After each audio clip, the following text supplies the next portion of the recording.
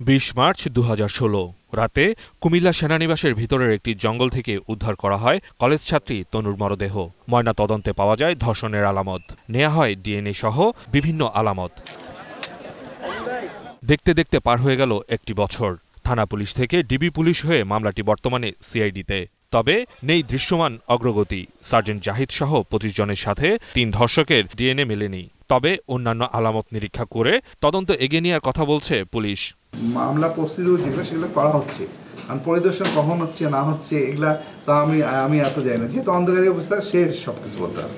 এদিকে তনুর প্রকৃত খুনিদের চিহ্নিত করে বিচারের দাবিতে মানববন্ধন করেছে কুমিল্লা ভিক্টোরিয়া কলেজের শিক্ষার্থীরা। আমি কিছুই বলবো না, শুধু এতটুকু বলবো সরকার যেন এই বিচারটা করে। তনুর বিচারটা হয়তো পরবর্তীতে কিন্তু অনেক ঘটনা হয়েছে, এগুলা নাও হইতে পারতো। আজ পর্যন্ত তনুর এই আন্দোলনের কোনো সুরাহা আমরা পাই নাই। একজন বাংলাদেশের নাগরিক হিসেবে, সুশীল সমাজের ছাত্র হিসেবে আজকে আমি হতাশ।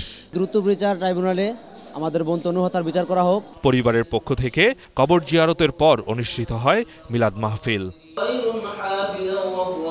এছাড়া রাজধানীতে জাতীয় প্রেস ক্লাবের সামনে আয়োজিত মানববন্ধনে তনু হত্যার তদন্তের টালবাহানা চলছে বলে অভিযোগ করেছে সমাজতান্ত্রিক মহিলা ফোরাম।